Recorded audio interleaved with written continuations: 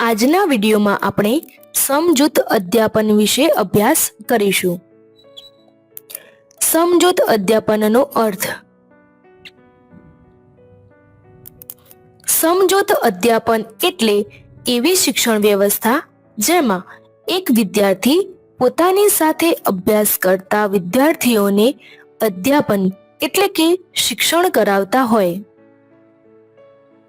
સમજૂત અધ્યાપન એ અશક્ત અને અસમર્થ વિદ્યાર્થીઓ માટે પ્રતિભાશાળી, આર્થિક અને શૈક્ષણિક મધ્યસ્થતા છે, જેમાં શિક્ષક અને વિદ્યાર્થી બંનેને શૈક્ષણિક અને સામાજિક લાભ થાય છે, જે તેમને શીખવા માટે પ્રોત્સાહિત કરે છે.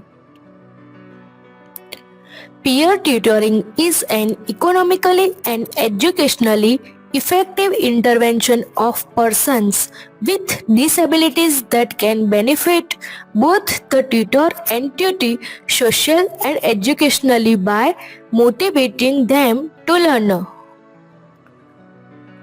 Peer tutoring is a systematic peer-mediated teaching strategy. Rohrbeck and others. સમજૂત અધ્યાપનની વ્યૂહરચના. સમજૂત કાર્યક્રમની સંકલ્પના અને તેનું આયોજન.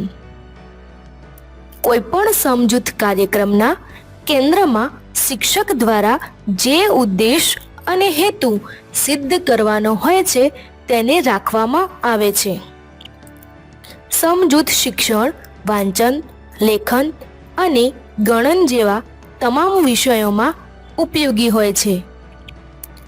સમજૂત કાર્યક્રમ દ્વારા જે સંકલ્પનાનો અભ્યાસ કરાવવાનો છે તે નક્કી કર્યા બાદ તેનું આયોજન કરવામાં આવે છે, જેમાં વિદ્યાર્થીઓએ કરવાના તમામ કાર્યોની નોંધ કરવામાં આવે છે.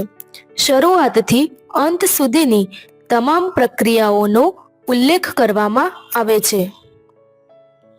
સમજૂત કાર્યક્રમના આયોજનમાં વિદ્યાર્થીઓની પસંદગી, વર્ગમાં સાથે અધ્યયન કરતા વિદ્યાર્થીઓની પસંદગી, શિક્ષણ માટેના નિયમો, સમજૂત અધ્યયન દ્વારા પ્રાપ્ત થતી ઉપલબ્ધિઓ અને તેનું મૂલ્યાંકન વગેરેનું વર્ગીકરણ આપવામાં આવ્યું હોય છે.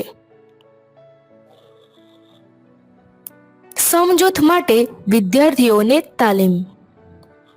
વિદ્યાર્થીઓને સમજૂત અધ્યાપન કાર્ય માટે જરૂરી પદ્ધતિઓ અને પ્રવૃત્તિઓ વિશે જાણકારી આપવામાં આવે છે, તેથી સમજૂત અધ્યાપન કાર્ય સફળ અને અસરકારક બને છે.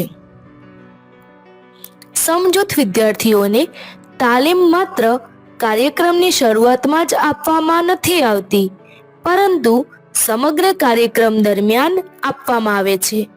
જે નવા શિક્ષકો આવે તેઓ પણ તાલીમ આપે છે. જો સમજૂત વિદ્યાર્થીઓને તાલીમ ન આપવામાં આવે તો સમગ્ર કાર્યક્રમ નિષ્ફળ બની જાય છે. આમ સમજૂત કાર્યક્રમની સફળતા માટે તાલીમ ખૂબ જ અસરકારક છે. સમજૂત અધ્યાપન માટે સહકાર મેળવવો.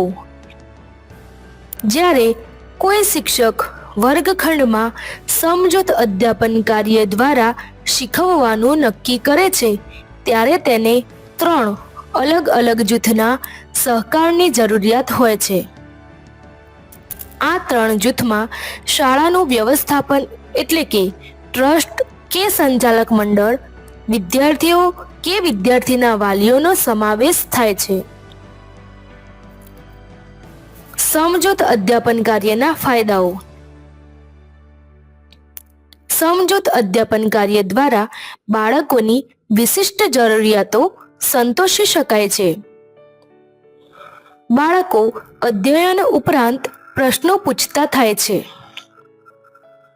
અસમર્થ બાળકોમાં પોતાના વિશે હકારાત્મક દ્રષ્ટિકોણ ઊભો થાય છે. બાળકો કૌશલ્યમાં નિપુણ બને છે. વિષય વિશે ઊંડાણમાં સમજ પૂરી પાડી શકાય છે. વિકલાંગ બાળકોને પ્રોત્સાહિત કરી શકાય છે. મિત્રતાપૂર્ણ વાતાવરણનું સર્જન કરી શકાય છે. અસમર્થ વિદ્યાર્થીઓના સામાજિકકરણમાં વધારો કરી શકાય છે. Thank you.